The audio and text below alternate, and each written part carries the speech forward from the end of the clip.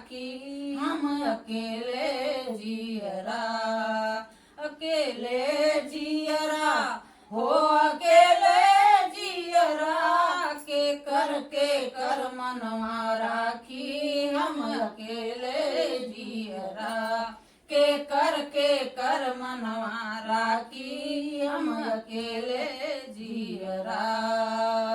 नैहर में मोर यरवा रूठे ससुरे में सजनवा हो ससुरे में बतरवा।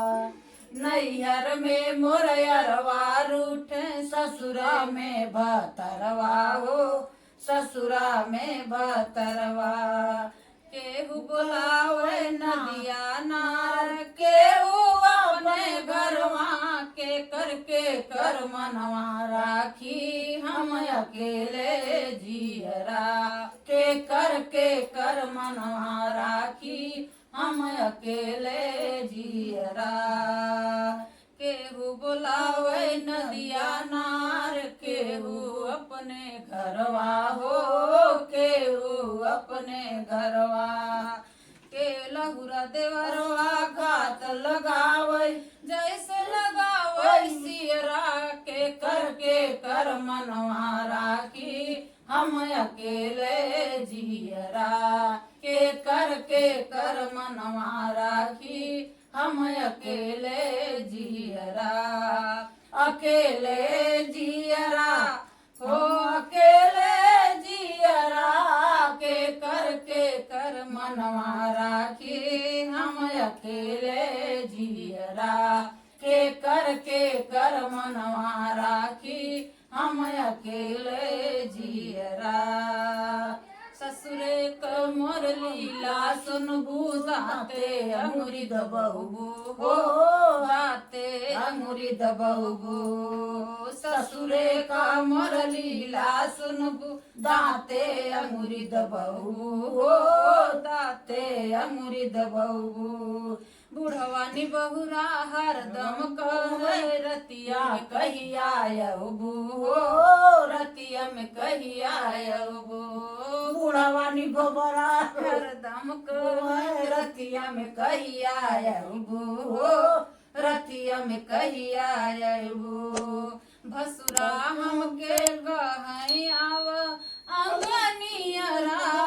के कर मनवा राखी हम अकेले जियरा। के कर मनवा राखी हम अकेले जियरा। भसुरा हमके कहें आव अंगनियरा। के कर मनवा राखी हम अकेले जियरा। के कर मनवा राखी हम अकेले जियरा। अकेले जियरा हो अकेले जियरा। के कर मनवा राखी हम अकेले जियरा।